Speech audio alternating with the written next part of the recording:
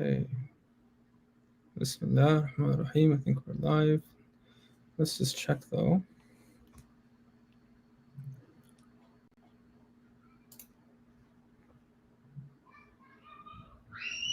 I'll wait for some people to join us.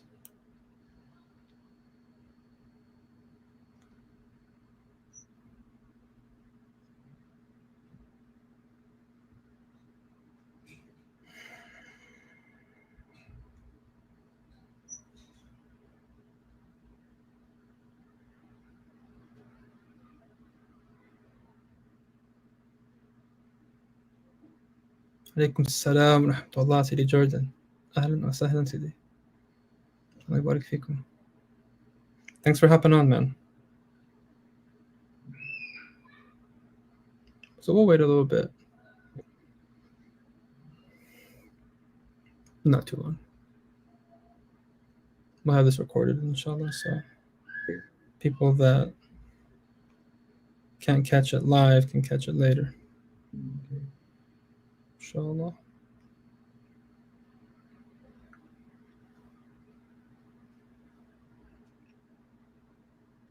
Can you see the comments? No, I think I have it in. You're asking me, right?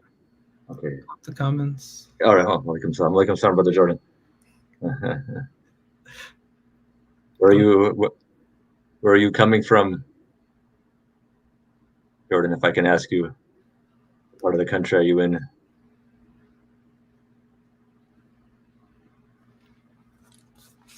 He's near you. Is he? Oh, okay. I don't see an answer here, but you would know. I think he'll share here shortly. Oh, okay. All right. I lived in Northern California for many years, actually. Yeah. What part in particular? The beast of belly. Well, I don't know.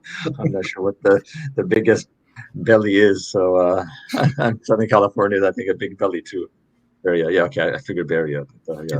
He's in the Bay. MashaAllah. Sidi Zain is in LA. So okay. Yeah. I spent many years in the Bay Area. Yeah. I'm doing that. All right, so let's just dive in. People will come as they come, and if not, they can catch the recording later, inshallah ta'ala. Bismillah ar-Rahman ar-Rahim. Alhamdulillahi Rabbil Alameen. Wa sallallahu ala Sayyidina Muhammadin wa ala alihi wa sahbihi ajma'in. Assalamu alaikum wa rahmatullahi wa barakatuh. My name is Dr. Mazen Atasi. I am the founding director of Forward to Health and a doctor of naturopathic medicine. And before jumping into today's session with Sidi Zain Yamani on the topic of healing and homeopathy, I do want to just say a few words about Forward to Health, just really briefly about who we are, what we do, what we're about. So Forward to Health, the mission of Forward to Health is that we aim to revive, practice, and teach the holistic, vitalistic tradition of hikmah medicine. Hikmah medicine. In some regard, Islamic medicine, but that's kind of a claim that a lot of people can have issue with. So let's keep it holistic hikmah medicine. Holistic with W, holistic medicine.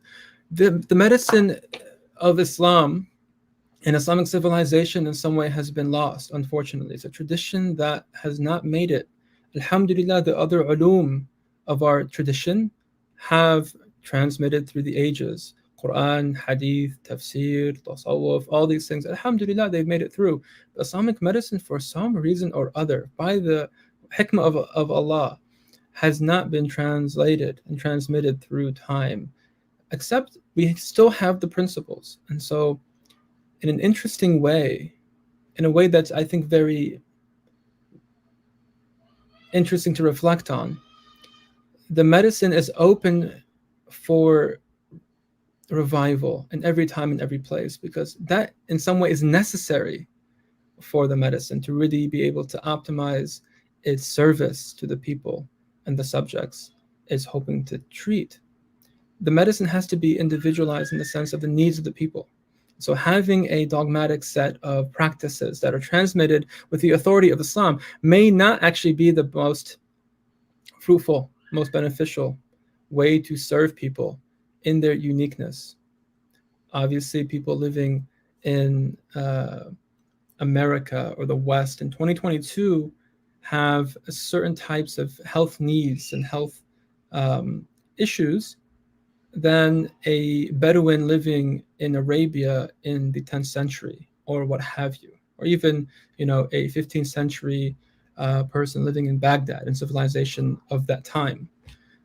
It's not the same. We have to have a model, a paradigm where we're able to understand the uniqueness of the individual and the environment of the individual that's affecting. And so this is all the purview of Hikmah medicine.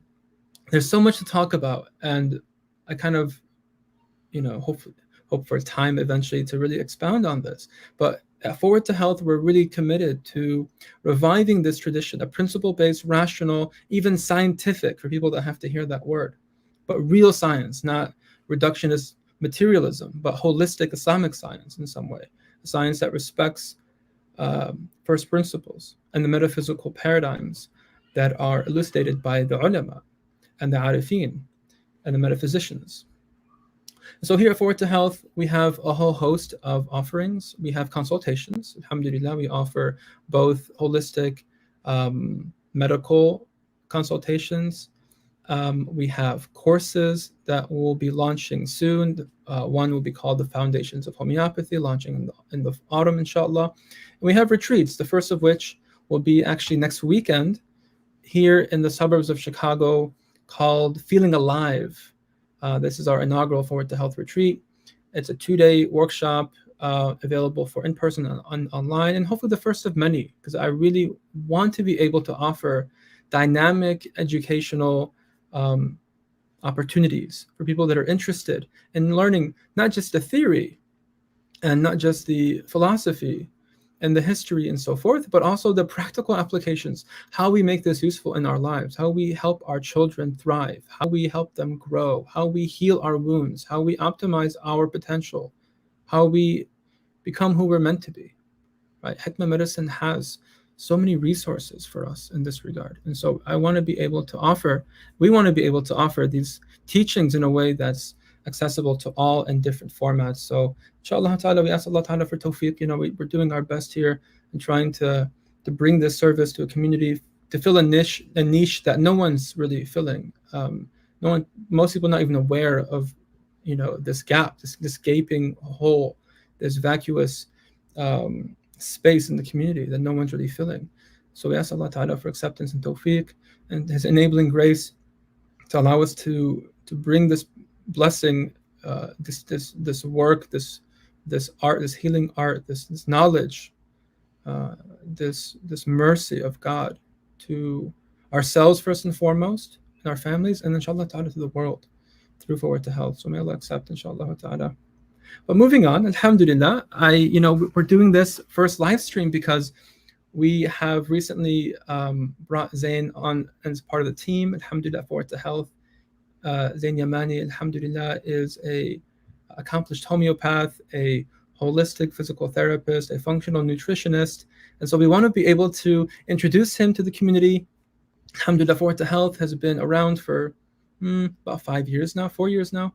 And so we want to be able to introduce him to the community and learn more about what he does and the homeopathic consultations that he's offering through Forward to Health, inshallah ta'ala.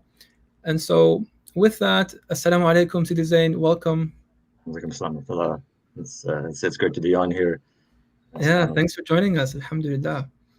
So I think the first question, an appropriate question would be, something along the lines of, who is Zain?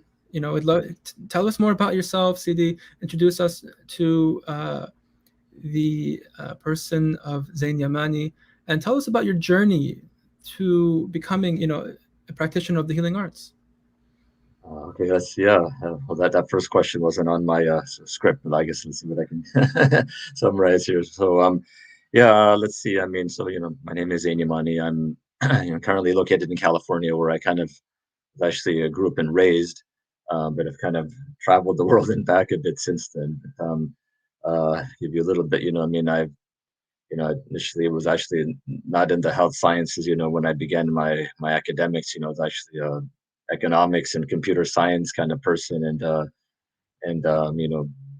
Many moons ago, but kind of, alhamdulillah, made this kind of transition, to healthcare. I think I'll get into that perhaps. I don't know if you want to get into that, like my exact. I'll get into holistic medicine and these things, but basically, I'm here in California. I work as a physical therapist, but I also studied homeopathy. Been actually almost 15 years now that I studied. I was fortunate to study with George Patroklos, who is a homeopath in Greece, who many people consider to be the most prominent, eminent homeopath that currently lives. And along the way, I lived in Jordan for a number of years, and once I finished my studies in Greece with George Patroklos, I had like a home based clinic actually that I saw many people, mostly people in my neighborhood. I kind of had this interesting situation where kind of living in this neighborhood of a lot of English speaking people, and I just kind of got to be known in the community. And people just come, just ring on my doorbell and just kind of, just walking off the street sometimes call it odd hours, just with different medical crises. And so it was an interesting time. So I was in Jordan for, almost 15 years, and then I've come back in California now. Um, so my background is initially in physical therapy. So I currently do work in an acute care hospital here in Southern California, and then I do homeopathic consultations as well. So I kind of get an interesting mix of exposure to the allopathic world and all the things that had happened in that realm. Treat people with COVID. After all, wear like a Dapper Darth Vader suit to kind of go into their room and kind of work with them and see other variety of people. So actually, yeah, it's kind of it's a variety of things. Um, but in terms of go ahead, City, I don't want to. I'll probably get sidetracked here. So just kind of keep me on cue here with what you want me to kind of focus on here. And um, I think you Yeah. did ask me a question about how I got to this came to this point of being a homeopath and trying to be a holistic physical therapist. So that should I just continue on that Yeah. track? So you studied with George Vithoulkas, who's known to be one of the great homeopaths. You're trained as a physical therapist, and you lived in Jordan for what, 10 plus years? And how many years were you there? Let's see. I think to be precise, it was 13. Okay, 13 years. And so you practiced in the community, you did online consultations. Now you're back in LA working as a physical therapist in a hospital and doing online homeopathic consultations. One of the things that came up for me earlier, and I put this as a kind of a possible question to ask you, was what was the relationship of your development in the healing arts and your spirituality? Yeah, that was actually that's a good question. I think I have to reflect on that. I mean, I think when I was in my early adulthood, I just began thinking about many things. As kind of you're living on your own for the first time. You don't have your parents to kind of help guide you through all the daily decisions of life, and so it was definitely a time of reflection and childlike growth. And um and so just looking for answers in life, I mean, as far as like, so yeah, I think it's like a two-track kind of development. There's, like you mentioned, there's the academic aspect, and then there's the spiritual, religious aspect, and you kind of going through life, kind of trying to make sense out of things on both sides. One thing that I actually recalled when I was, brainstorming is when I was, even before then, when I was like an adolescent in high school, and had a bad case of acne, and went to the regular conventional doctor and got this big bottle of antibiotics that I was supposed to take. And I remember just looking at that. I can still see that bottle. Just looking at that and thinking like, gosh, I don't know, it doesn't look right. It just didn't feel like that's something I want to put in my body. But I didn't have much of a choice. And I don't even think I finished the course, unlike what you're supposed to do. But it just didn't sit well with me. And so as I kind of got fast forward a few years, and at the summer job, I was like living again. I was living in out of state, and went to at that point I was just kind of trying to just felt like that after my experience, in the dormitories, and seeing all the things that people were going through, all the different ups and downs people were having, emotionally with with their boyfriend and girlfriend and with alcohol and all these things, and I really kind of that really had an effect upon me that I really thought at that point, I was cultural Muslim, not I just kind of tried to like do some prayers and tried to like fast Ramadan because it was like the right thing to do, but my heart wasn't really in it, and so and And so anyway, I around that time of college, and I was just I was kind of trying to start practicing when I kind of saw other people with what was going on in their lives, and I kind of began to appreciate Islam. Is like, wow, this is kind of actually saved me from some of these trials and these fitnas that people around me are having. And so I kind of started just becoming, trying to start learning more about this religion that I'd inherited. And so along that way, I'm kind of trying to like have my spiritual kind of development and thinking about life and starting to kind of try to practice things in a bit of better fashion.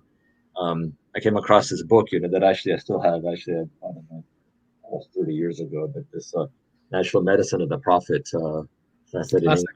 English. Classic. Yes, I didn't realize the book was actually that old. I looked at the copyright date and I was like, 30 years. So anyway, I began looking at that, and for me, it was like eye-opening in the sense because I was like, wow, there's actually a form of something called like Islamic medicine. I mean, actually, like there's a system. I mean, at this point, just for me, just reading basic hadith, was something new. And then I saw that there's like this book on Islamic medicine, and so I started just wanting to kind of learn more, and just my mind began going in different directions. I got a book on herbal medicine called The Way of Herbs by Michael Tierra, which I really appreciated some of the things that were said in that book. And but I was just kind of still looking and searching. I was like, okay, I like this, but and you just can't pick it up, and just implement things so easily. I mean, Prophet would have someone had sciatica, you think like the fat of a sheep's tail was used. I was like, okay, well, how can I do that, and how does one do that, and just so different things. So I'm just kind of going through life, and at some point, as I kind of became, like newly married, and having more, there's more people in the household to kind of like take care of and kind of attend to their needs. And I had developed an eczema around that time as well on my eyelid, and I was like, I don't want to put cortisone on this thing, it's what they told me to do. And at that point, that's when I just began searching, and I was fortunate, at that point, to kind of I had another friend actually, Allah yarham, who was Dr. Athar Ali, and he was in the naturopathic realm, and so I reached out to him, and I said that, hey, what can I do, and I heard of, actually around that time, I heard of Hakeem Archuleta, who's a prominent homeopath, and I asked Dr. Athar, how do I get in touch with him? How do I, I've got some health issues. I want to kind of try to address them, and using Islamic medicine, because that was really important. It had to be Islamic medicine, and I didn't want anything else. It had to be Islamic medicine, and kind of hardcore type of early 20s type of that whole kind of thing. And so he said, well, you can reach out to Hakeem, and he gave me his phone number and his email address or something was back then, and just called him, nervously just kind of called him, and said, hey, I would like to have an appointment with you, and I want Islamic medicine. I was really kind of getting insistent on that. And so I had a nice discussion with him, and he said that I did practice Islamic medicine, or Unani medicine, the medicine that came from initially from the Greeks, which is what Yunan means in Arabic, Unani, Greek medicine. But I've also studied something called homeopathy, which I found to be more suitable for the times that we live in. And I think it would be worth considering. And he must have debated with me on the phone for around 10 minutes. I was insisting I wanted Islamic medicine, and I hadn't heard of homeopathy, and I didn't want something that didn't come from the Muslims originally, even though there's some history actually to homeopathy as well that does actually show some interesting connection with the medicine of the Arabs, let's say. And so in any case, I met Hakeem, and and we just kind of really fell in love, with what we saw, and just how we felt like we could have our health needs addressed. And alhamdulillah, shukr Allah, alhamdulillah, shukr Allah, up to this day, I mean, I have 5 children, and we've been fortunate, alhamdulillah, that we haven't need to resort to conventional medications, and Alhamdulillah. for a couple of decades now. So there's definitely, I don't know the script here, but in terms of what homeopathy can offer, in terms of it being a viable alternative to all types of things, acute, chronic, emotional, physical, it is a complete system of medicine that really can cover many things. And my teacher, George Vatoko, said, that antibiotics have their place, and one of the things I learned from Hakim was that everything is from a rahmah. I mean, homeopathy is a rahmah from Allah subhanahu wa ta'ala, but everything is a rahmah, if it's given and used in the right time and place. And that's, I guess, where the hikmah comes in, is when to know when to know what to use at the right time.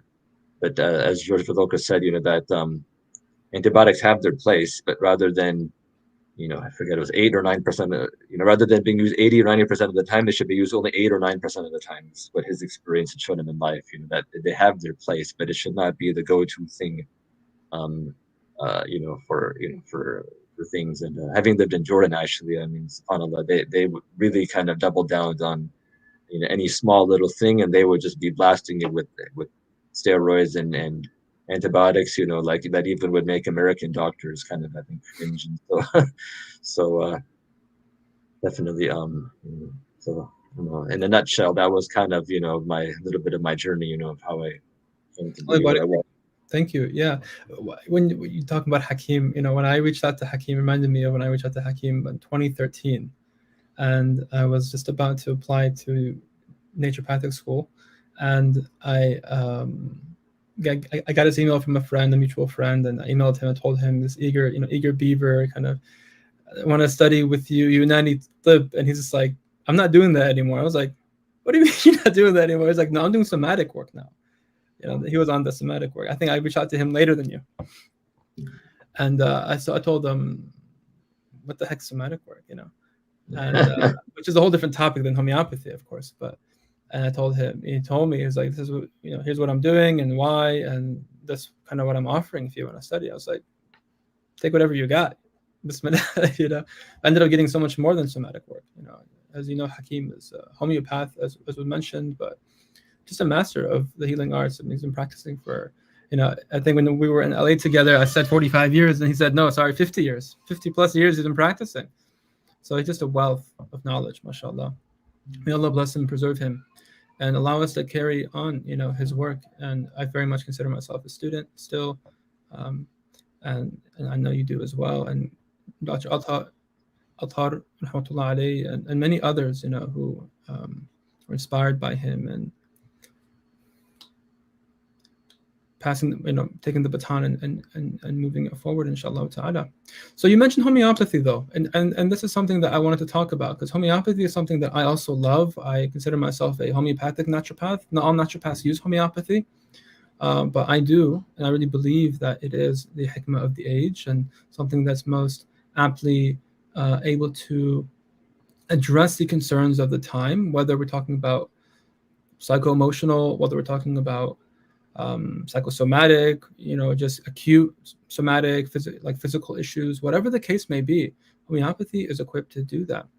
Can you, CD, help us understand, what is homeopathy? For those that have no idea, just starting from zero, the term, they've seen it around somewhere, but they don't know what homeopathy means.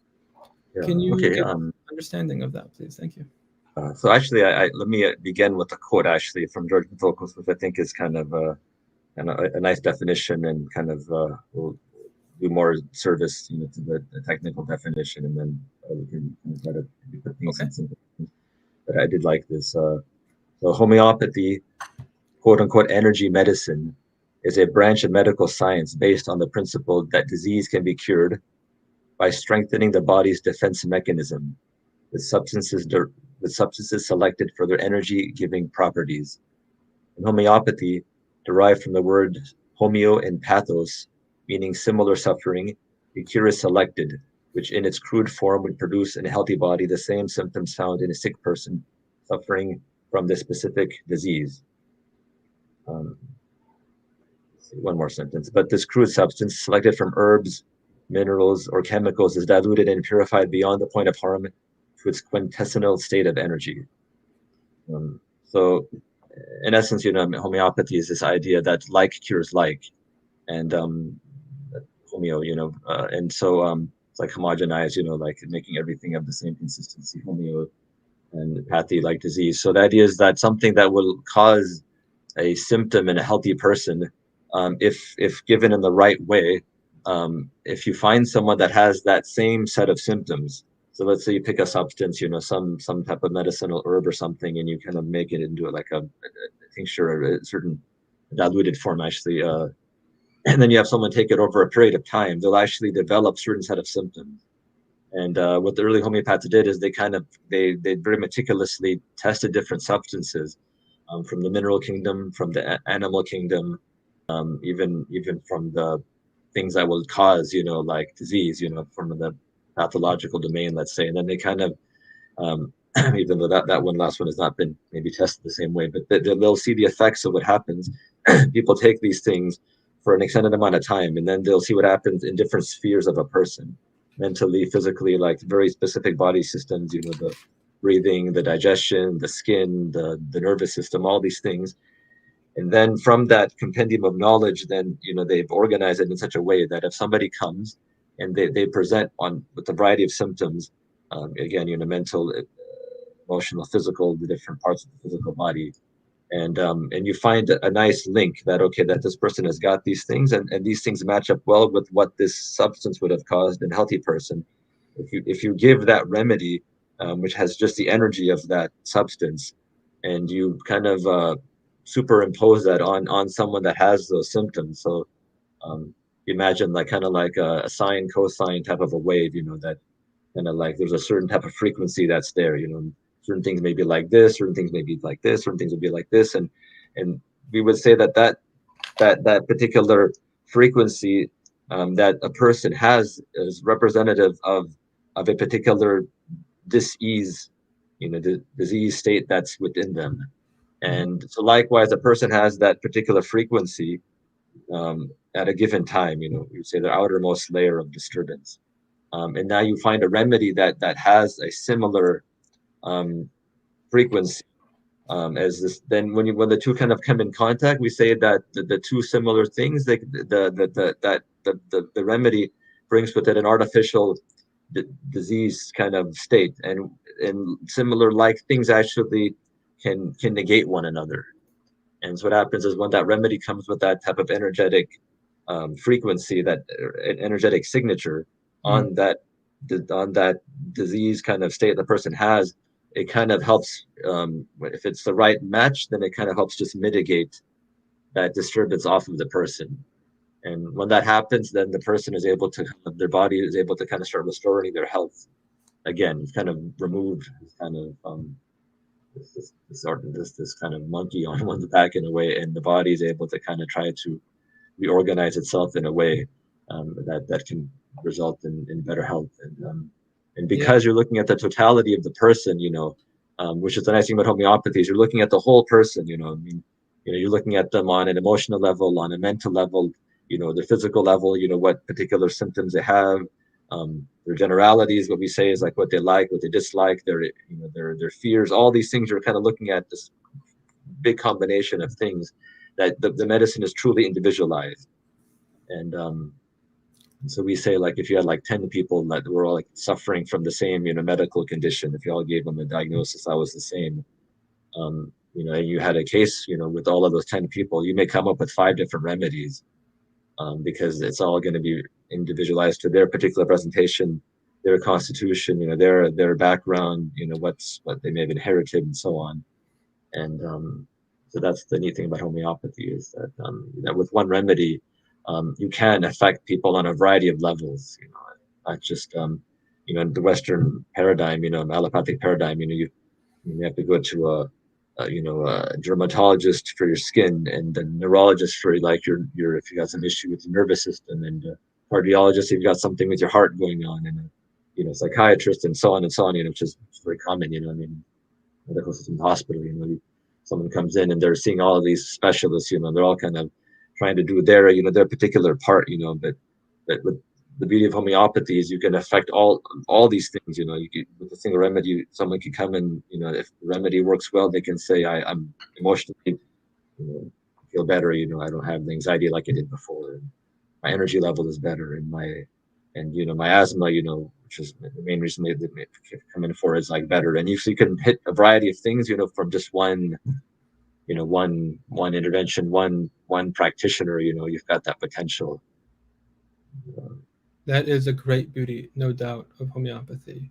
the total meeting of the whole person that it does. Because in some way, even the hadith of the Prophet, I was reminded of the hadith of the Prophet sallallahu Inna Allah lam yunzil da'an illa unzila lahu shifa. Verily, Allah does not send down a disease except that He sends down with it a corresponding cure. And it's singular. It's singular. So there's one remedy that covers the totality, which is a totally homeopathic principle. Even herbalists sometimes can think very reductionist, but the homeopath, a true homeopath, always thinks of what is the one remedy that covers as much of the totality. At any one time, there might be multiple remedies that are needed as layers perhaps are uncovered and shifted, but at any one time, there's one remedy that best matches the qualitative state of the vital force, of the defense mechanism, of the organism itself. And so it's that subjective correspondence to the whole that makes homeopathy really special, and there's really nothing else like it. Yeah. And even on the point of the science, because there's people that are going to have issues with, but science says, whatever. Harris Coulter, the author of Divided Legacy, it's a 4-part series, amazing book. He talks about how, in a significant sense, homeopathy is actually the most empirical science, the most empirical form of medicine or school of medicine that exists, because it's based purely on observation. There's principles, of course, but the actual practice and the actual application of the medicine and the understanding of the remedies and the building of our materia medica, our encyclopedia of remedies, is built purely on observation. Like you mentioned earlier, the provings that people will take a new substance. Here, I have a tincture of chelidonium, right? Chelidonium, which is an herb. Now, if I dilute this into a potentized version, right, an energetic form of chelidonium, and I take this every day for 30 days, I'm going to present with symptoms that are innate to chelidonium, right? And so how do I know what this does? We take it. We have 1,000 people taking it. And then everyone, double blind, no one knows each other. No one knows what they're taking. They all say, certain features of chelidonium, right? Liver issues, whatever, stagnation, pain, right? Upper quadrant pain, all these things. All of a sudden, a picture emerges, this actual image, like a metaphor, a picture, a total picture of mind, body, of relationship, bowel movements, sleep patterns, food cravings, all of that emerges. So it's a constellation of a human person, of a total person that comes out. And so someone comes in with, a chelidonium state, we know exactly what to give them, or in a coffee state, or in a arsenicum state, something maybe we're more familiar with, so on and so forth. And so that's really something really beautiful. And it's an empirical science, right? It has principles that are based in hikmah from time immemorial, because Samuel Hahnemann was an amazing hakim. He was a hakim, no doubt. And he read Ibn Sina in Arabic, and he's quoted in his chronic disease, his book Chronic Diseases. In his footnotes, he would cite Ibn Sina in Arabic. And I had Dr. Andre saying, show me this himself, which was pretty amazing. Andre Sain's also a big homeopath from Montreal. So this is an amazing man, and he actually, going back to, Hahnemann for a moment, he actually asked God in the Organon, his magnus opus. He said he asked God, the merciful. That's how they translate it from German. He asked the merciful for a system of medicine that may be a gentle healing for others, because he was looking around and the heroic medicine of the time, which was very much using calomel, mercury calomel, and using opiates and all sorts of really gross things, leeches and all, leeches are not necessarily a big problem, but these types of higher force interventions that are toxic and they have side effects, and there must be a gentle way. There must be a more beautiful way, and he asked the merciful. It's really specific, to ask the merciful, Ar-Rahman.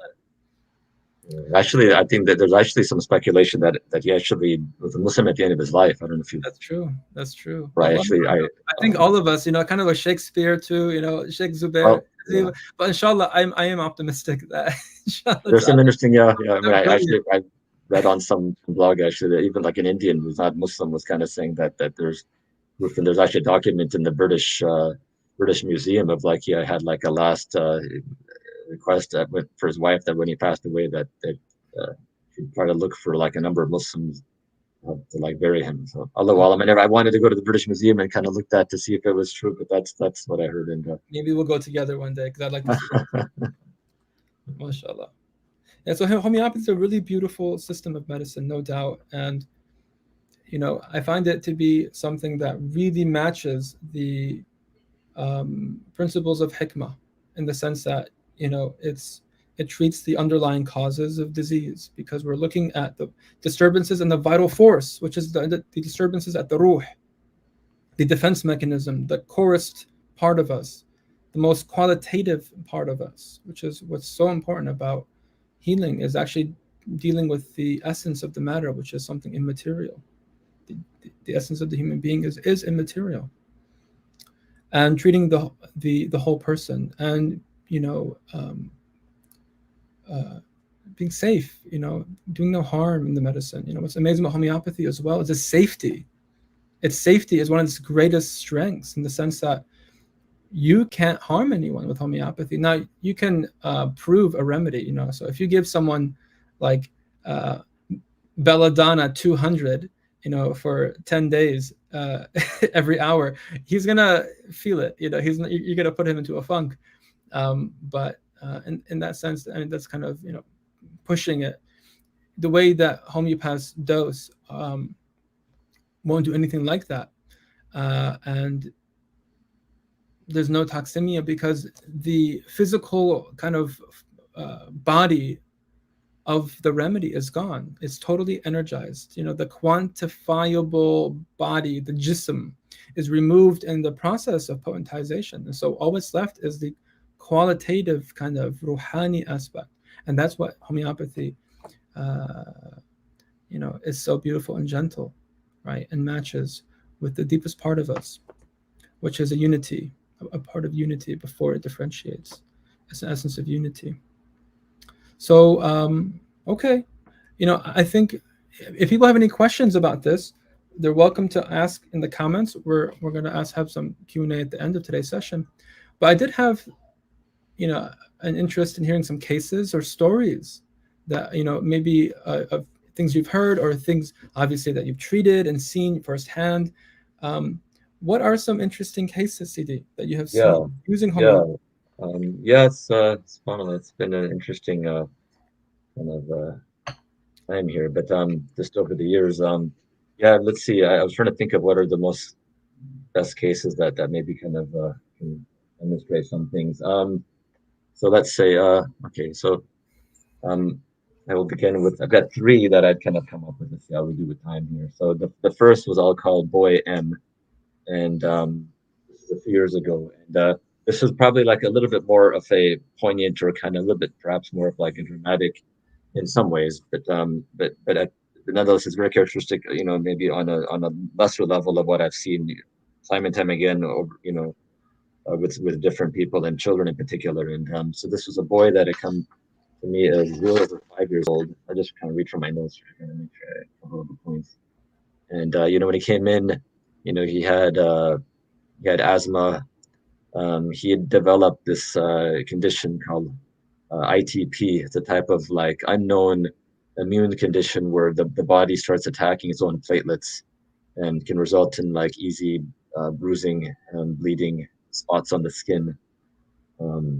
He had pneumonia every winter of his life. He had difficulties breathing from birth. Had 2 previous hospitalizations. Was having to use a variety of inhalers, nebulizers, taking antibiotics a number of times. And then on an emotional level as well, he wasn't well. He was very hypersensitive to pain. A small thing happened, he started just shrieking uncontrollably. When he's circumcised, he just couldn't stop crying. He couldn't couldn't be calmed down, he couldn't be latched on. Also had this kind of dichotomy of emotional sense, in that he was very loving on one end. He was also very aggressive.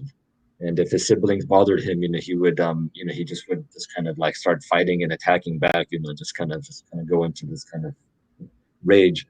And also very sensitive to criticisms. And if any small comment was made by the parent, anything that was just taken, he couldn't handle it. Just go in deep. He would just kind of go out by himself somewhere and just cry on his own. And urinate frequently. His parents also noticed that after one of these medical interventions he'd lost his mental acuity. He wasn't picking up things in the way that he was when he was younger. And so they were concerned about that. And then at night he became hyper as well. So that was another issue that he was having. So you can see we had this broad range of issues here.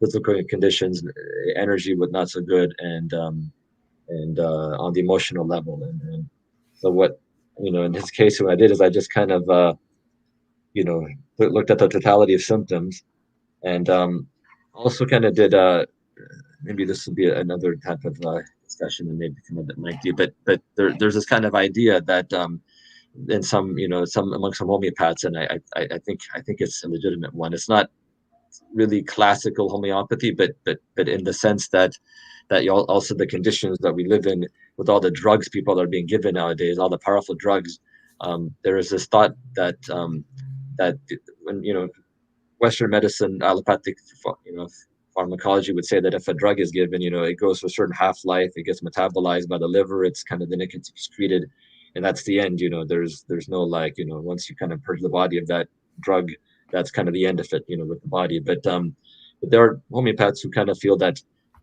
a medicine or drug may leave like a lasting imprint on the person, and that can go on, for weeks to months to years even, and that remains with the person, and so that in itself can cause a level of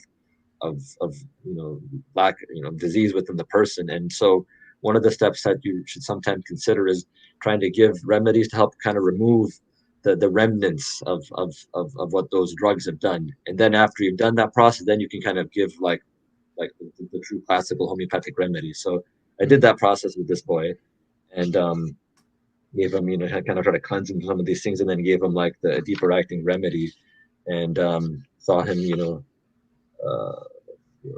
3 months later, and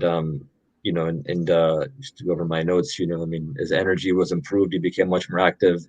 His confidence became better. His mental sharpness returned.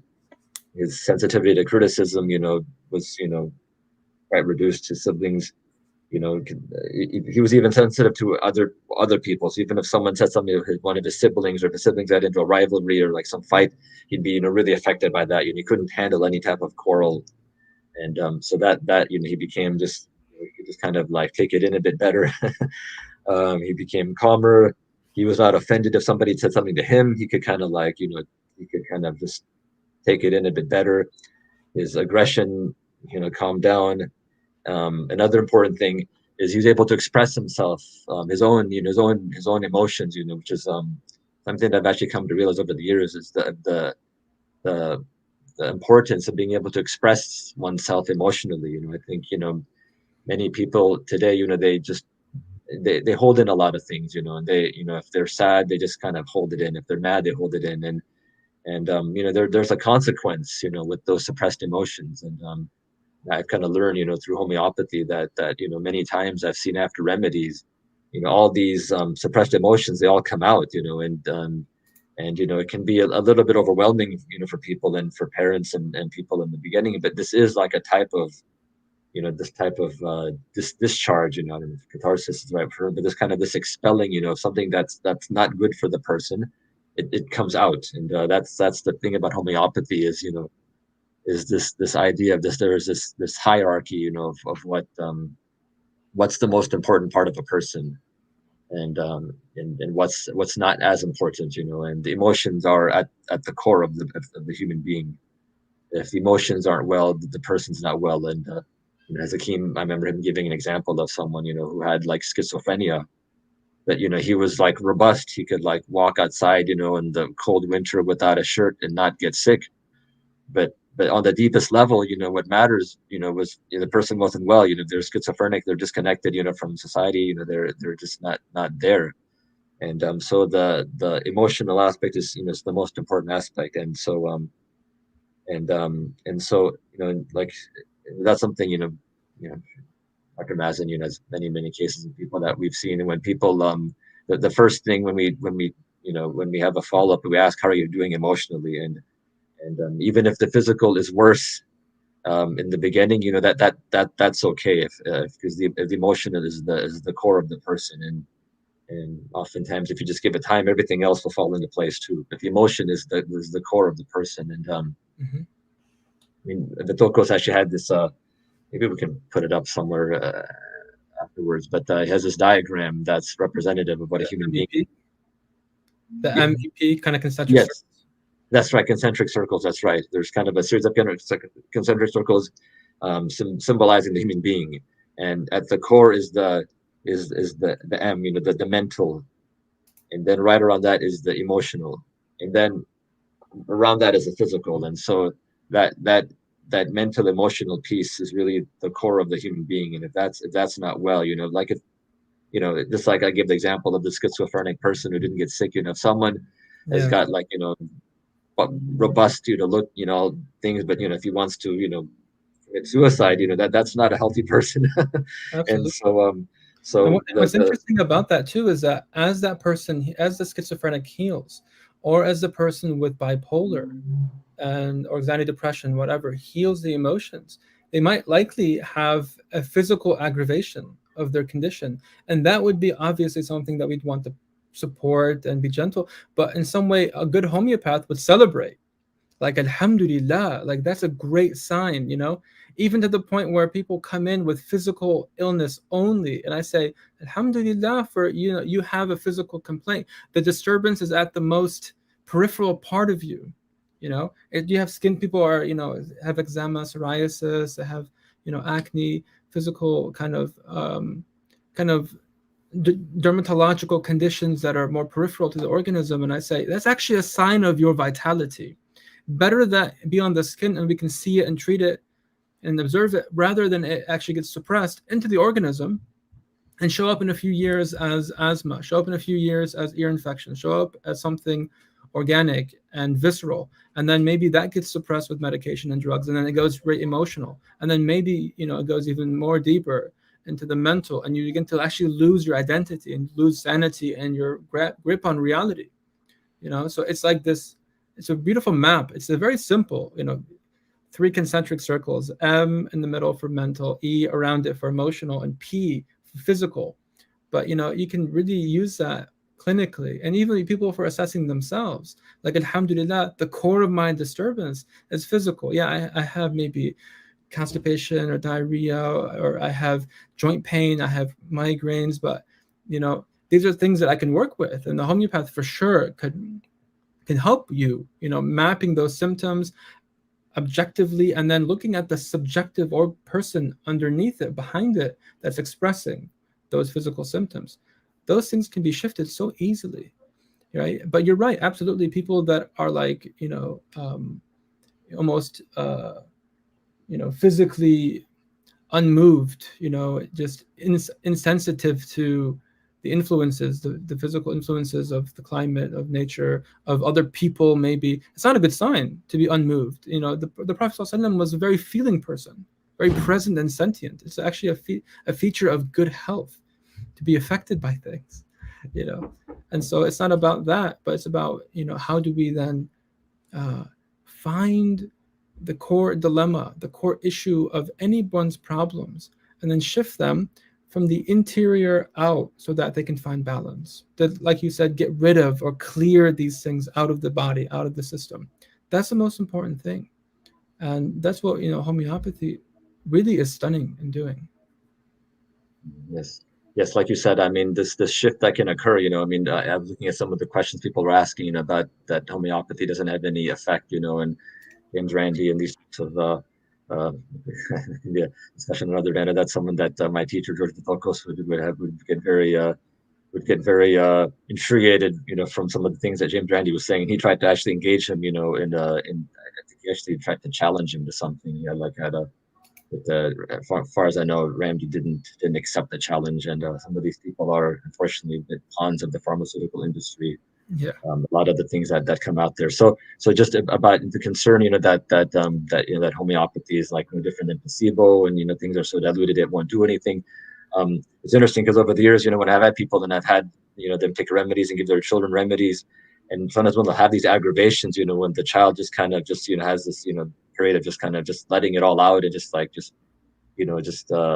just having tantrums and all these things, or having that they'll tell me, they're like, if anyone thinks homeopathy is a placebo, have them get in touch with me, because I'll tell you that's not a placebo.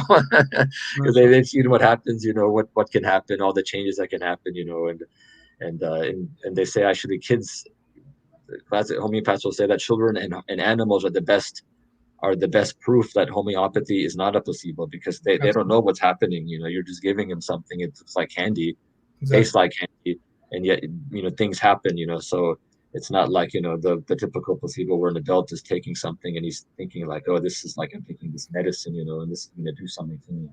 These are people that don't understand. A baby, a young child, doesn't understand what's happening. It's still it's better. So in a nutshell, that's the counter argument to that idea that is out there. And even as the science paradigm shifts, like for example, physics is turning woo-woo with the quantum physics, with the quantum science that's emerging. Woo-woo in the sense that now all of a sudden this physicality, the material world as we know it, is not as reliable as a metaphor, a working hypothesis of the nature of the world anymore. That we know underneath all of this, underneath matter, there are fields of energy. The quantum world is a world of quantum fields of energy, of possibility. There's a great work, maybe you've read this, Dr. Edward Whitmont, on psyche and substance. He goes really beautifully into this, and it's really probably beyond the scope of this conversation about homeopathy, like a basic homeopathy, but he goes into the implications of the quantum science revolution and the talk about field and energetics and how these things work, and then the applications of that in a medical paradigm. And he says homeopathy is really the only medicine that can really make sense of the quantum revelations, the scientific revelations of field theory and M theory and string theory and how these things work and possibilities and form. He calls the constitutional pictures form patterns.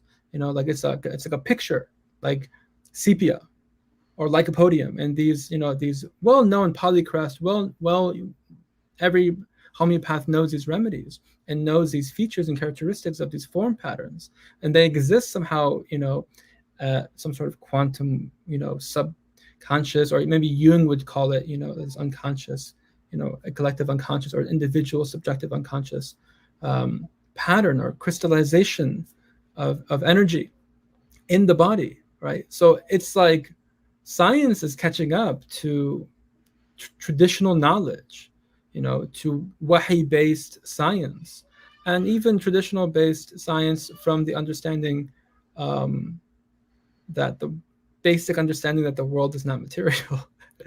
It's like there's natural conclusions that can be made from that. So a lot more to be said about that. Is there anything else you wanted to add about science and homeopathy? That's kind of a deep discussion, and Yeah. That's not. I mean, there is people are interested in. I know George Vitokos in his books kind of try to discuss some of these things too, in the different type of technologies that can actually kind of certain types of photography and things that can pick up, on Kirlian photography. Yes, that. Yep. Kirlian photography that kind of shows the etheric kind of forms or the fields around everything. Kirlian photography. People can look that up. It's really interesting stuff. That is very fascinating. Just an organic carrot versus a regular carrot, and the energy, the resonance that you can actually play like a musical harmony with things that have like a good energy to them. Absolutely. Absolutely. Um, Yeah, there's like a tayyib principle. There's like a wholeness, fitri kind of principle in that, I believe. Allahu alam. Something that's more organic, that's more wholesome, has a more complete field. And something that doesn't is kind of broken in that energetically. It makes it more susceptible. Its defense mechanism, its vital process, its vital resilience is something that is disturbed and disturbs the entire organism. Okay. If homeopathy relies, a question here, really interesting question that just came in. If homeopathy relies on looking up symptoms in a database, what is the role of the practitioner? Interesting question. Yeah. You want to take that one? Yeah, I don't. That is an interesting question, and I know as our society is becoming more and more like, moving towards this AI, artificial intelligence type of vision that's kind of being, growing and being developed. Yeah, it's. I mean, there are aspects of homeopathy that are mechanical. I mean, and that you're kind of you're trying to get this list of symptoms that this person has. And so and then you're kind of trying to like analyze it. And now we do have tools that you can analyze, using computer programs and things that you can look at all the symptoms, and you can, kind of say, okay, statistically, whatever, you have this many hits for this remedy and this many hits for that remedy, and so those tools are useful. At the same time, there's other aspects, to as well when you're talking to somebody, you're kind of trying to get a feel, for their state, and how they come across. And these are aspects, that are, that I would say, that computers, cannot pick up on. There's this intuitive aspect, of perceiving things, and just how, which you can, that you can't put into words, but you just kind of feel certain things from somebody. If you actually have sit with someone properly, you're looking at their expressions, you're kind of seeing how they're moving and they're doing things, how they say things. These are aspects of intelligence that I think now that's we're hitting the limit. I think that Allah subhanahu wa ta'ala has given us certain tools and abilities that go beyond just data, collecting data, and analyzing data, which is kind of the modern reductionist kind of principle. I mean, unfortunately, that definitely is permeated into the allopathic models for sure, because a patient means nothing more typically to a doctor than what his lab tests show and some imaging results show. And I mean, I see this, time and time again, working in hospital. I mean, the doctor spending all this time, just looking at all these data, your sodium levels off today, your white blood cell levels like this today, your CRP is like this today. And then you kind of go in there and then they kind of, they're in with the person for 30 seconds, and then they're out, and I mean, I'm fortunate. I feel grateful that the nature of my work in the hospital, being a physical therapist, I actually get to be with the person. I get to actually like be with them, face to face, for 20, 30 minutes, at a time, I'm longer, just kind of doing things and kind of like talking to them and making a connection and trying to pick up on things and kind of try to like, give them encouragement. There's many, aspects that I think go into how people feel. And so I've had many cases actually. I mean, I have to say where I've hope you remember this, is like when I've talked to someone and I've had an appointment and I haven't even given them anything yet. I've just had the appointment and they'll just leave saying, I feel so much better already. I mean, and sometimes people will like have this appointment. They'll discuss what happened in their life. They'll like cry. I've had to like pull out a box of Kleenex, like women that have gone through a divorce or some grief, and they're just crying and it can be a bit awkward at times, but just that I've done this, I've kind of seen like, no, this is their healing happening right in front of you. And by the time they leave, they're in some ways like half cured, because they've been able to kind of express these things to someone who really was interested in hearing them and asking all these detailed questions, really, following every little thing that's being said, with a lot of attention, which is what we do in homeopathy. And I think that's the aspect that a database, won't be able to, ever replace. Yeah. So, Well said. I agree with you totally. Oftentimes I'll work up, if people are not familiar with this database, it's called a repertory.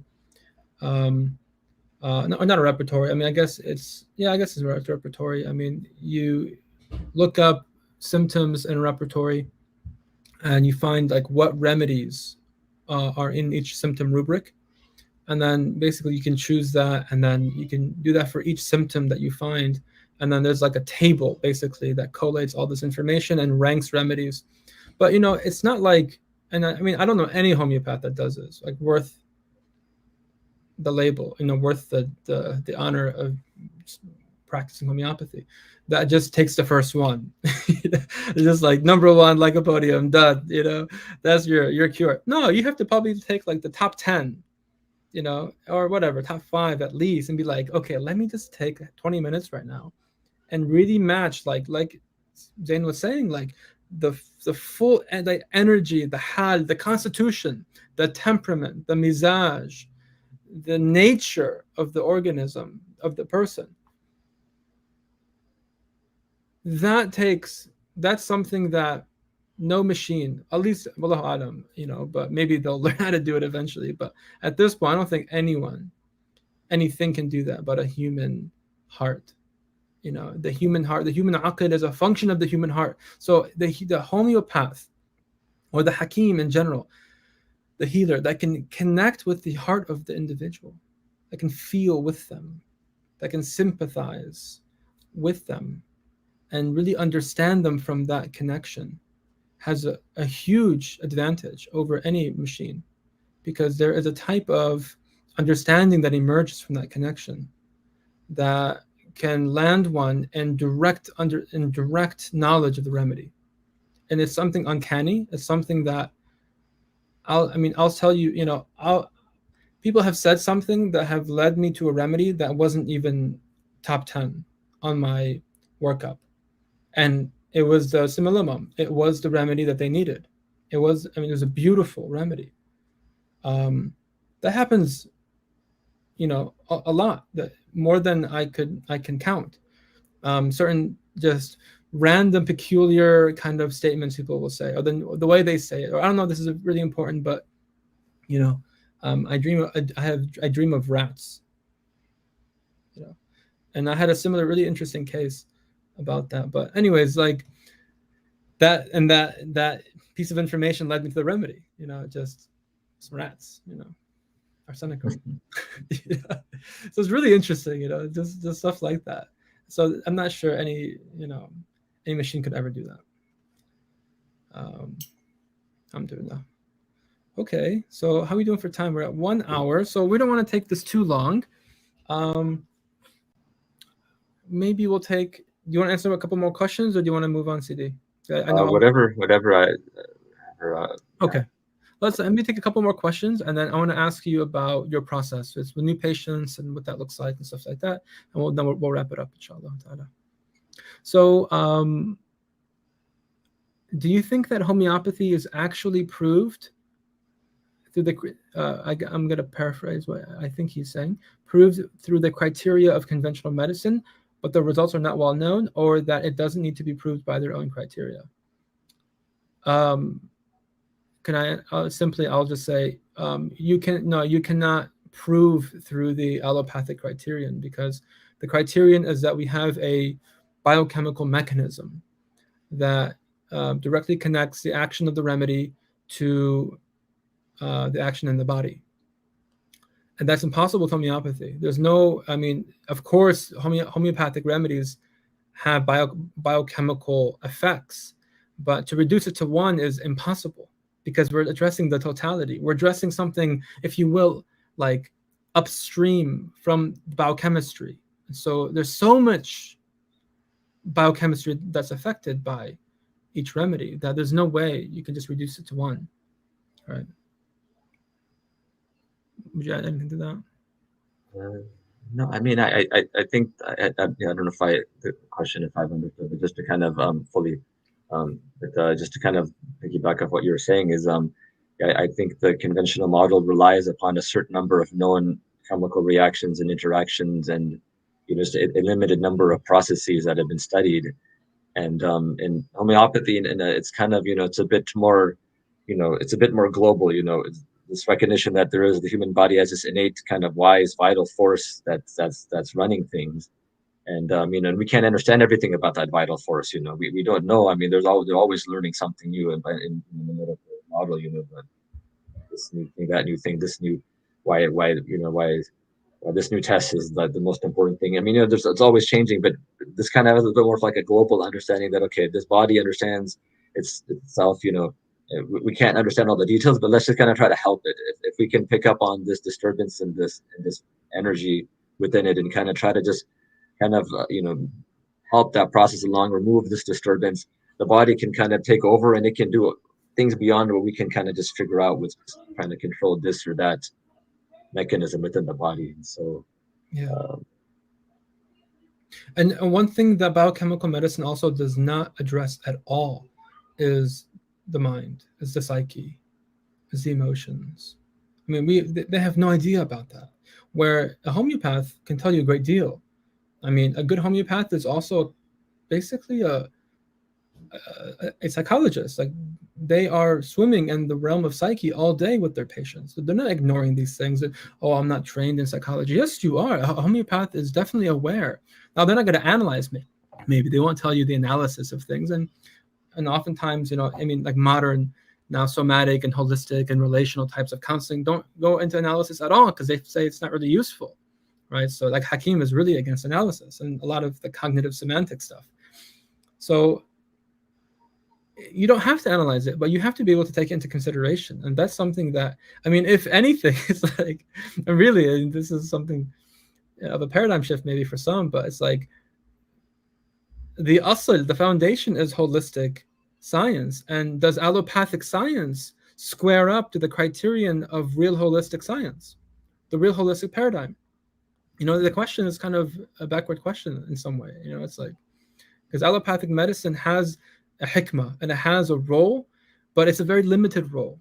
Like you mentioned, the talk is saying is that it's not 80, 80, it shouldn't be 80%. It should be like 8% or maybe 0.8% of medical, use. I was recently actually in the OR. Someone in my family had to have emergency surgery, and I was so grateful for that whole experience. I was so grateful for the plastic surgeon. I was so grateful for the ER team. It was a late night call, and they were so graceful and hospitable, and did a wonderful job, and were as gentle as possible given the circumstances. And what was needed wasn't something that really I could help with. I mean, I gave kind of pre-op and post-op arnica and staphysagria and stuff like that to help with the healing and the psyche, but the actual intervention was necessary. And I was so grateful for that. Wallahi, I prayed for them. Yes. I was so happy. Like, there's a hikmah here. There's a purpose. There's a rahmah here. There's a wisdom here. But, in treating asthma and treating, should I say the C word? I won't say it. Upper respiratory infections and treating all sorts of things, what is most appropriate? I don't believe it's something, that's something allopathic system has answers to. The hikmah homeopathic system has plenty of answers to it. I agree. Yes, I mean, there is a place like for everything, and everything can be a rahman. In that example, then I see it in my work too in the hospital. I mean, someone coming in with acute appendicitis, I mean, it's bursted, they need some surgery. It's not the place for at that point in time, to a remedy is not what you need at that moment in time. Yes, like you said, afterwards you can have a faster, better recovery if you work with homeopathy. I mean, and that's something that on a variety of levels. Someone breaks a bone, they go to the doctor, they get that X-ray. Okay, good, we know it's broken. Let's set it, now put it in a cast, and that's then mashallah, if you give the right remedies, then the healing process is facilitated. And I recently had a young girl that had broken her thigh bone, and mashallah, she recovered faster than they were anticipating, from after she did homeopathy. So I'm doing that. It's knowing when to use what at the right time. And Hakim himself would say too that he would have people that they would want to keep insisting upon a remedy, and every person is like dying, they're not getting better. He's like, he had to call 911 himself and said, get this person to the hospital. So right. yeah, definitely I'm doing that. Yeah. It's not about dogma. This is not about, taking sides and ideology. This is about what's most advantageous to the patient, knowing, what we have available to us. Everything from from lifestyle, diet change, these gentle things, exercise, stress management, sleep hygiene, these basics, how to digest food properly, to, giving energetic medicines to help move the energies to shift, to, the higher force interventions of pharmaceutical suppression and surgery. The Hakim has to be able to span all of that, the whole kind of gamut of what's possible, and appropriately administer what's most advantageous and safe at any one moment to the person before them, taking in the whole consideration of the case. That's the Hakim. That's what the homeopath is supposed to be doing, or the Hakim, whatever, the healer, the holistic healer. And I say that, also understanding that you are not only a homeopath, but also a physical therapist and a nutritionist. So you have this holistic understanding of these multiple, ways that we can affect change in people's organism. And so this is the essence of hikmah. This is the essence of hikmah. Alhamdulillah. One last thing, and then I'm going to kind of begin to wrap up here, inshallah ta'ala. It's almost Maghrib here. If supply chains disrupt, can one make their own homeopathic remedies?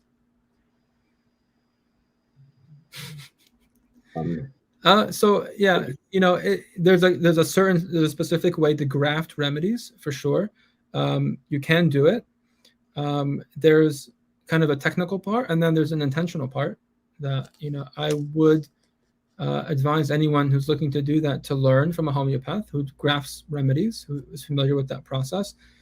Intention is big, so grafting with intention is, I believe, very important. It's not just, you can't have a machine doing it. I guess maybe you can, but I know I've heard, cases of people who were grafting with negative intentions or negative kind of emotions and affecting the efficacy of the remedy. Very interesting. Allahu Alam, right? Because, the intention, إِنَّمَا الْأَعْمَالُ بِالنِّيَّاتِ. Barely actions are by their intention. So having the intention and then doing it technically right, you need blank pellets, you need the remedy, or mother tincture, you need some alcohol drops. There's different ways of doing it, but absolutely you can do it. That was the way that people did it, in the past. There weren't these huge homeopathic formularies, Boiron and Washington Homeopathics and Hahnemann Labs. We didn't have the Helios. We didn't have these. People would just go to their homeopath and graft them from them, and then create kits for themselves at home. And then maybe the neighbors would come and, oh, I need belladonna. Oh, I need this. And it was just like it was this commonly accessible kind of thing that people knew how to do. So I would definitely recommend it. And, I would recommend people buy blank pellets for those times when maybe people can't find them. I actually probably should buy some myself. I'm running out. Yeah, I mean, the nice thing actually is homeopathic remedies don't, as long as they're protected from the influences that can affect them, like direct sunlight and quite high temperatures and electromagnetic waves, can actually last. So if one has mother tinctures, then one gets blank pills, one could make, remedies, and that, that bottle could last you like 100 years, as long as lifetime. There's a date on there that FDA kind of, just by law, that they're forced to put a date on there. But I've spoken to like homeopathic pharmacies, and they say we're just supposed to do that if it's preserved from these influences, it could last for a long time. So that's another actually benefit of homeopathy too.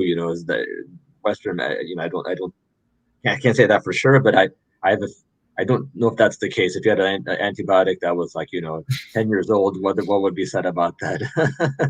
but that is something. So, Alhamdulillah, that's true. Allah barik fikum ya Sayyidi. So, what's your process like with new patients? So let's say now, alhamdulillah, you're offering homeopathic consultations through Forward to Health. So what does a new patient visit look like with you? That's a good question.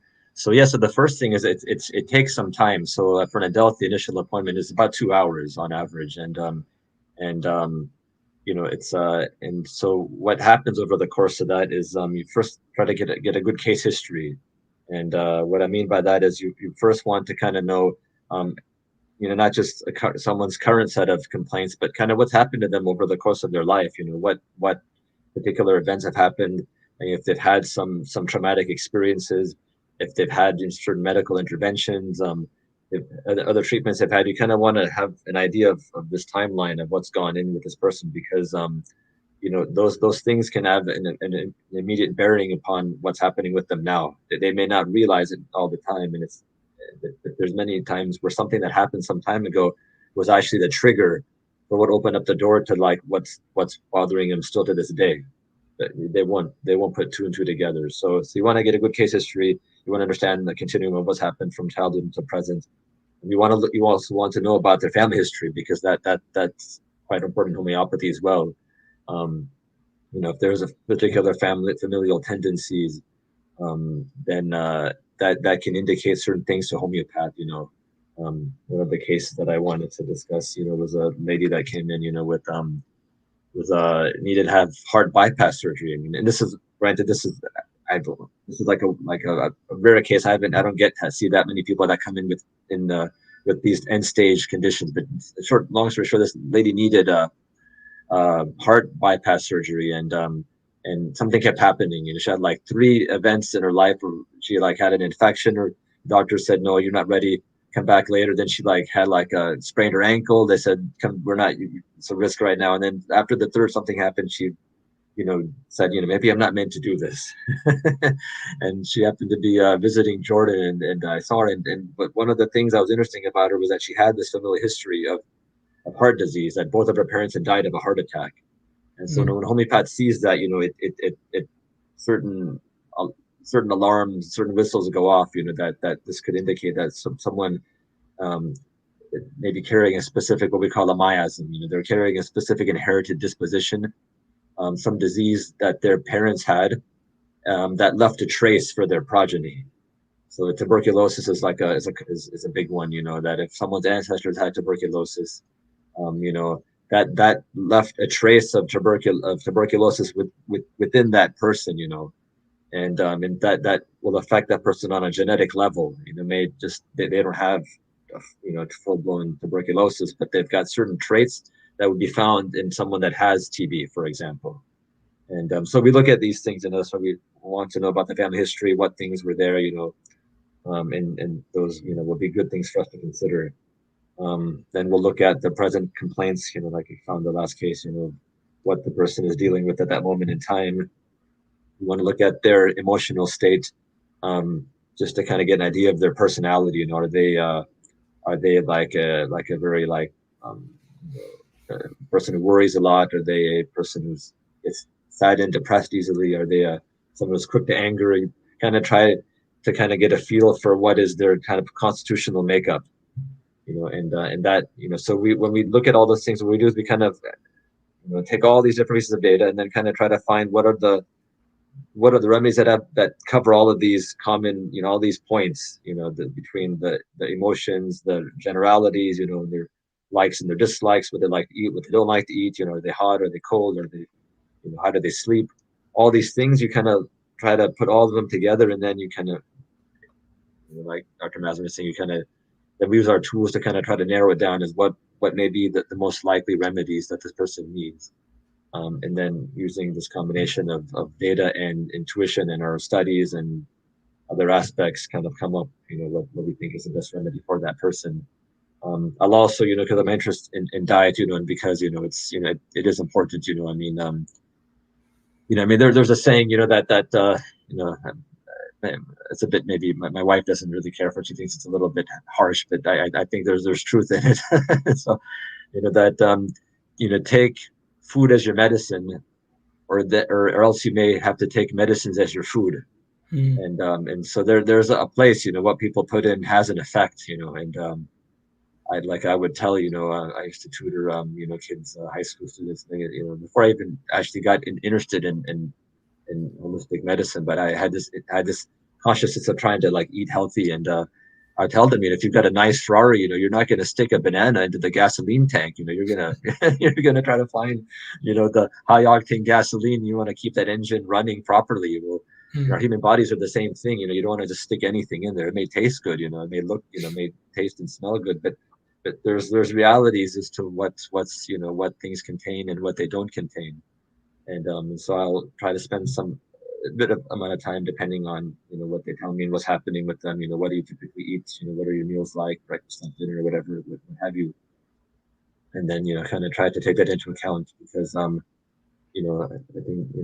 like Mazen was mentioning the different aspects, the sleep hygiene, all these different things. These are we believe in what are called obstacles to cure. And so sometimes the best remedy, the picture textbook remedy for a person may not work well if they've got other aspects in their life, that are kind of serving as a block to them getting better. And that could be a variety of things. It could be that they're living in a toxic relationship. It could be in a toxic environment. They could, like in the traditional example, someone's living in a moldy house. That person's not going to do well. You can try to give them remedies, but if that underlying condition is there, they're not going to be well. And food is another one. I would say that eating a lot of just eating a lot of junk food. I mean, you can try to give remedies, but there's something else going on that's that even the remedies help. It's just going to be a fraction of what you could have done if the other things were in place. So the food is an important thing, and it is something that I've kind of have some really passion towards and have an interest in, and so that's something that I try to incorporate with whatever setting I'm working in. Try to take a look at what people are eating, and just give them some tips, at least some simple things, just to kind of get things going in the right direction. And just slowly, people start. The nice other thing, forgive me, I'm kind of going on here. The other nice, interesting thing about homeopathy is that I feel like it really can awaken what I call the self-preservation gene. And so people will sometimes tell me that I was trying to exercise, I was trying to eat well, I was trying to do this or that, but after the remedy, now I felt like it's easier to do those things. Like they just find like they have that himma that comes when even someone told me like once, like I found that I needed to wear cotton clothes, and they didn't know that before, but just intuitively they kind of got this sense like, what I'm wearing right now isn't good for me. And so I switched, from synthetic fabric to cotton fabric, and I can exercise more easily now. I just different things, and so yeah. Alhamdulillah. Thank you. Good. So 2-hour sessions, holistic. We're going through the whole gamut of past medical history, family history, current issues, mental, emotional, physical, lifestyle, and then you administer a remedy. And then how frequently would you like to follow up with people? Yeah, so the way I learned, is you give the person the remedy, or I mentioned the other things, and maybe more than one remedy, given some other aspects. And then about a month is a good amount of time. Then you kind of, that's how I learned, like 1 month is a good amount of time to kind of have a follow up. You look for certain things, you look for possibly an aggravation, you look for, using this kind of, this weighted scale, of emotions and physical things, you're kind of trying to analyze things and see if it falls into a pattern that we would say is being an early curative pattern. And 1 month is not that much time. Sometimes someone may say that they don't feel any different after 1 month, but we catch on to certain things again. The human aspects sometimes come in, and if you're satisfied with certain things being in place, then you can be like, okay, no, I think this is good. You may still have your chief complaint may still be there, but I'm satisfied with, from my perspective, that things are going in the right direction. And that's something that Tokos was very big on too, that people would come and you'd be like, just give it time. And sometimes homeopaths would use other methods to kind of placate people, give them, certain placebos, things to kind of make them feel like, that they're still taking things, but the homeopath can know, that okay, things are going in the right direction. And then the next follow-up could be, 1 to 2 to 3 months later, depending on what you see. And the nice thing about homeopathy is, that it takes, there's more of an investment in the beginning. But then, so there's more of, an investment, time, energy, money, all those things. But then if things go well, their need for interventions then decreases over time. And so you're actually investing, in your long-term health. You kind of put in the initial stuff in the beginning. In terms of the remedies, the other aspects of health we discuss, should still be there. But the remedy itself, sometimes, the need for that can lessen, and people may just kind of occasionally need to touch base. They don't need to become necessarily, like all the time, seeing the doctor. They can just kind of get going on a certain path, and then like this boy that I mentioned, I kind of saw him in the beginning close together, and then next was like a year later, and then we kind of do something again. Things are kind of there's some level of regression happening, and so that's Alhamdulillah. that's what I would say. Alhamdulillah. Allah barik fikum. Thank you. It's wonderful. It's a great process. So, wrapping up, inshallah ta'ala, if no one has any other questions, alhamdulillah, people are saying thank you. Alhamdulillah, you're most welcome. Wayakum. We want to be able to offer these conversations as a way of educating the public, of bringing awareness to what we're doing. A lot of people don't know what is available for their families, for themselves, of opportunities to heal. They hear about these things, but they don't know where to go. They don't know if they trust it. They don't know if there's anyone practicing Muslims that can make sense of these types of things for them and make it agreeable to their minds and their bodies so that they're receptive to it and can actually benefit from it. We are here. Forward to Health is here. Alhamdulillah, we're really committed to spreading these teachings. If you're interested in scheduling consultations with us, you're welcome to go online. To schedule CD Zain, you can go on forwardtohealth.com/Zain, or just go and book your appointment on the website, and you'll go and you'll see homeopathic intake schedule. He's available on Wednesdays and Thursdays, I believe, ongoing. So you're welcome to schedule those. Sessions will be online via Zoom. And we also are available, inshallah ta'ala, for you. So we are at your service. If you have any questions, you're welcome to email us. You can reach us at guidance@forwardtohealth.com. Also, our specific emails are Dr. Mazen at forwardtohealth.com and Zain at forwardtohealth.com, excuse me. So alhamdulillah, I hope this was useful. Do share with your family and friends if you do. If it's interesting to you, if you know someone that could benefit from this or is interested in this. For those people that are interested in learning homeopathy, you can have almost like no understanding of homeopathy at all, or maybe just what we shared a little bit of today. But the course is an 8-week course, and it's geared to take people from zero understanding of homeopathy to a reasonable proficiency, understanding in both the history and the philosophy of the medicine, as well as understanding about 25 remedies and how to use them and how to make your own kits at home and just begin to use these things safely and effectively, inshallah ta'ala, with your families.